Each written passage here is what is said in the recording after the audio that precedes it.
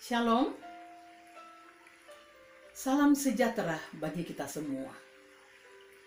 Saat ini, umat Kristen sementara mempersiapkan diri untuk masuk dalam Jumat Agung. Oleh karena itu, saya mengajak kita semua untuk merenungkan kembali kebenaran firman Tuhan dalam perenungan singkat firman Tuhan saat ini, yang terambil dari Injil Matius pasalnya yang ke-27 ayat 45 sampai ayatnya yang ke-56. Tapi sebelum kita membaca dan merenungkan kebenaran firman Tuhan ini, marilah kita berdoa. Berbicaralah bagi kami Bapa, karena kami anak-anak-Mu telah siap mendengarnya. Di dalam nama Tuhan Yesus firman yang hidup, kami berdoa. Amin.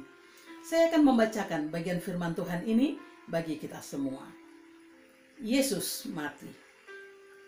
Mulai dari jam 12, kegelapan meliputi seluruh daerah itu sampai jam 3. Kira-kira jam 3 berserulah Yesus dengan suara nyaring, Eli, Eli lama sabachthani.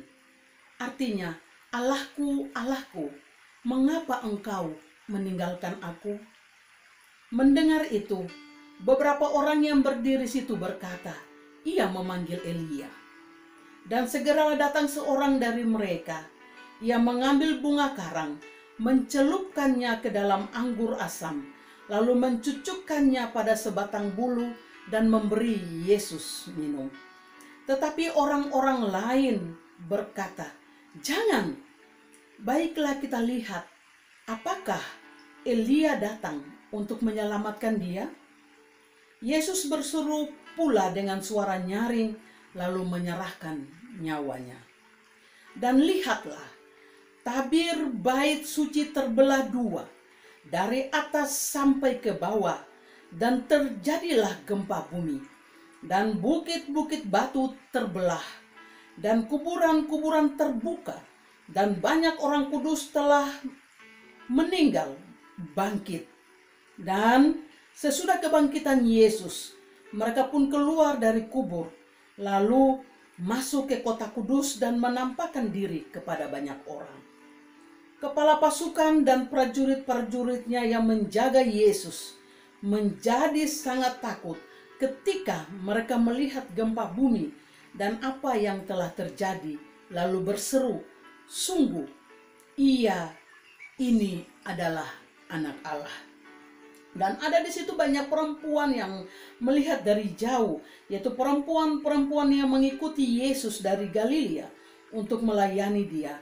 Di antara mereka terdapat Maria Magdalena dan Maria ibu Yakobus dan Yusuf dan ibu anak-anak Zebedeus. Demikianlah firman Tuhan.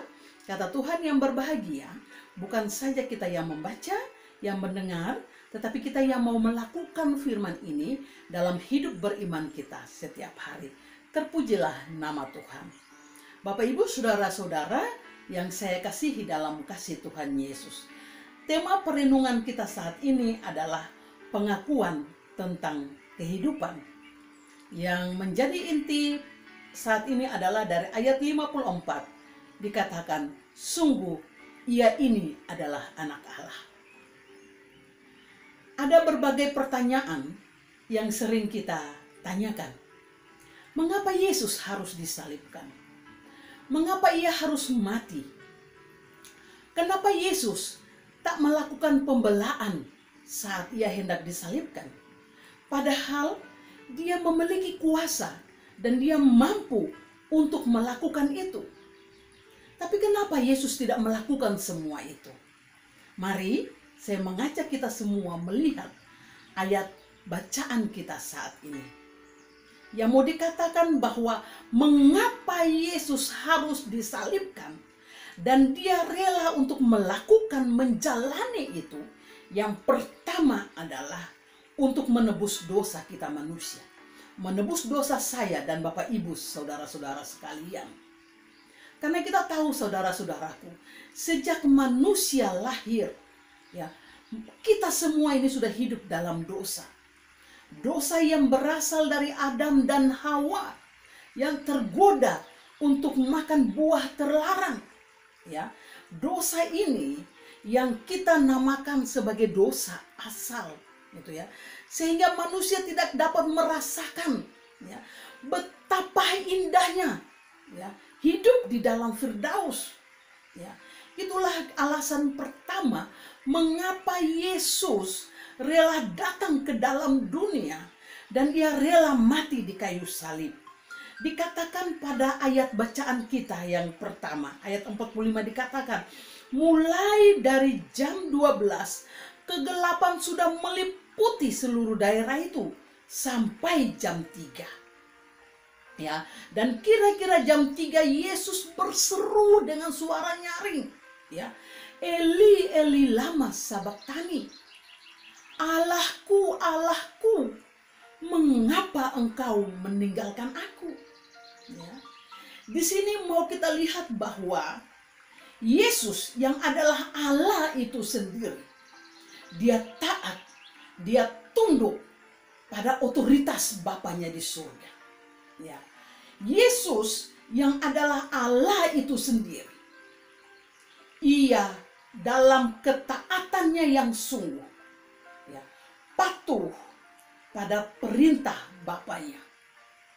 Yesus yang adalah Allah itu sendiri, ia rela dan sabar menanggung semua penderitaan, ya, untuk ada dalam rencana karya keselamatan Allah bagi manusia. Ya. Kata Eli, Eli lama sabachthani, Allahku, Allahku, mengapa engkau meninggalkan aku? Ya. Menggambarkan bahwa begitu besarnya kasih Yesus bagi kita. Ya. Ia rela menanggung semua penderitaan itu. Bahkan dikatakan dalam bacaan kita tadi bahwa ada prajurit-prajurit, ya, yang mengambil anggur asam dan mencucukkannya pada sebatang bambu, ya, batang bulu, dan untuk memberikan Yesus minum. Bapak, Ibu, saudara-saudara, bisa kita bayangkan ketika anggur asam itu menetes mengena luka Yesus, betapa perihnya, ya, betapa penderitaan yang Yesus alami, dan dia rela untuk melakukan itu demi menebus dosa saya dan Bapak, Ibu, saudara-saudara sekalian. Dan karena itu kadang-kadang, ya, dalam kehidupan kita juga ketika diperhadapkan pada suatu persoalan, pada suatu masalah, ya, kadang-kadang kita katakan bahwa, Bapa, mengapa engkau meninggalkan aku? Gitu ya. Kadang kita katakan, loh, kenapa saya? Gitu ya, bukan dia. Gitu ya. Kadang kita mengatakan bahwa saya tidak sanggup untuk menerima semua ini. Ya, Tuhan, kenapa persoalan ini harus saya? Padahal saya setia kepadamu. Ya, saya rajin berdoa, saya rajin membaca firman-Mu, ya. Bahkan saya selalu melakukan apa yang Bapak rencanakan, Bapak inginkan untuk saya. Kenapa saya harus mengalami semua ini? Ini beda konteksnya, Bapak, Ibu, saudara-saudara. Pernyataan Yesus dengan sering yang kita alami dan yang kita katakan ketika kita menghadapi setiap persoalan. Ya. Kadang kita katakan, ya Allahku, mengapa engkau meninggalkan aku? Adalah sebagai bentuk, ya, bentuk respon kita, ya, bentuk protes kita kepada Allah. Ya. Karena kita merasa bahwa kita hidupnya benar-benar saja kok. Ya. Saya adalah orang percaya yang memang benar-benar taat. Kenapa persoalan-persoalan itu datang kepada saya? Ya, ini yang kita lihat, bahwa ketaatan, kesungguhan, kepatuhan kita, penyerahan diri kita total kepada Allah, itu yang Yesus ingin kita lakukan. Dan yang kedua adalah mengapa Yesus rela di kayu salib dan mati, ya, karena hukuman dosa adalah kematian. Tuhan Yesus sangat menyayangi kita, anak-anaknya. Ia tidak rela melihat anak-anaknya hidup terus-menerus dalam penderitaan. Ya, tadi saya katakan bahwa pada awalnya Adam dan Hawa sudah jatuh ke dalam dosa. Dan Yesus tidak mau saya dan Bapak Ibu sekalian ada dalam penghukuman dosa itu. Oleh karena itu dalam Roma dikatakan bahwa kita telah kehilangan kemuliaan itu. Maka Allah mengutus putranya yang tunggal untuk datang ke dalam dunia. Yesus rela disalibkan. Yang ketiga, untuk menggenapkan nubuatan-nubuatan para nabi. Ya. Yesus ingin mengatakan bahwa ia adalah Mesias, Sang Juru Selamat itu, yang memiliki karakter Kristus. Ya. Kristus artinya yang diurapi. Ya. Inilah yang Yesus ingin katakan. Yesus tertikam akibat dosa yang dilakukan oleh kita.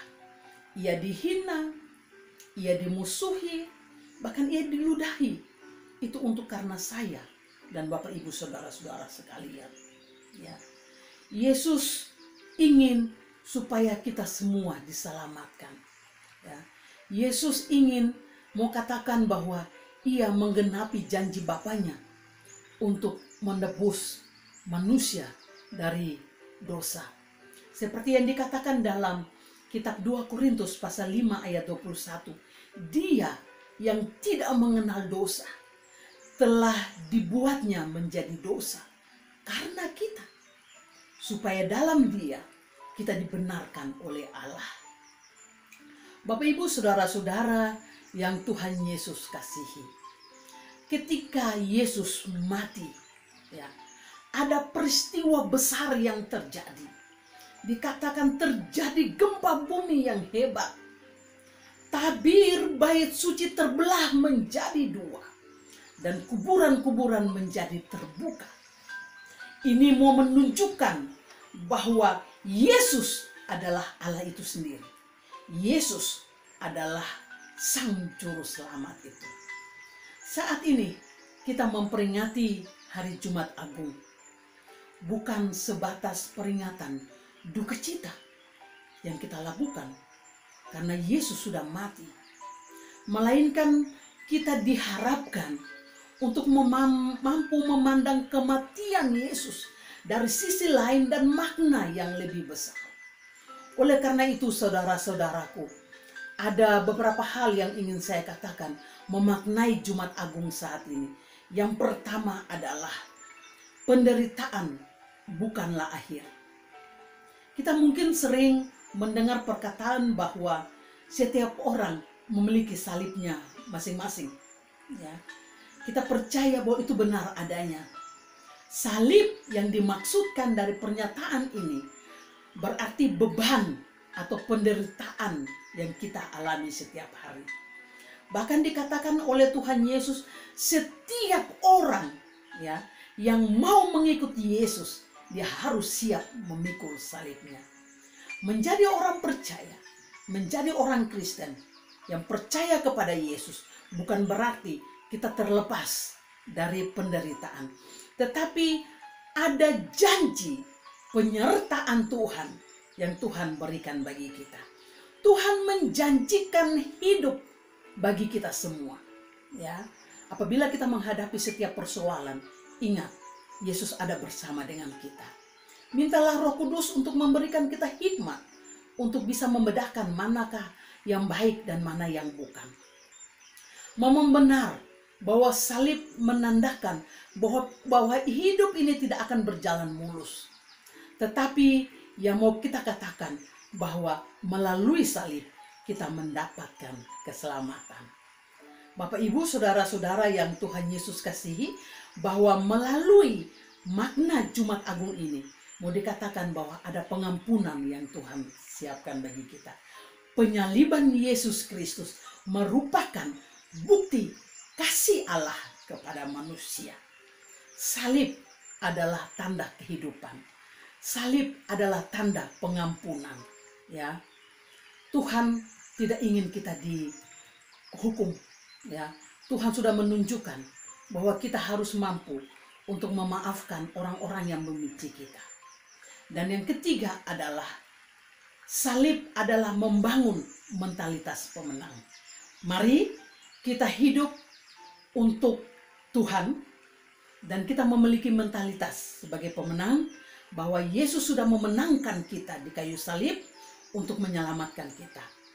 Selamat memaknai Jumat Agung dan ingatlah bahwa Yesus disalib untuk menebus dosa saya dan Bapak Ibu sekalian, dan marilah kita patuh, kita taat secara total melaksanakan setiap rencana Tuhan. Tuhan Yesus memberkati firman-Nya. Shalom.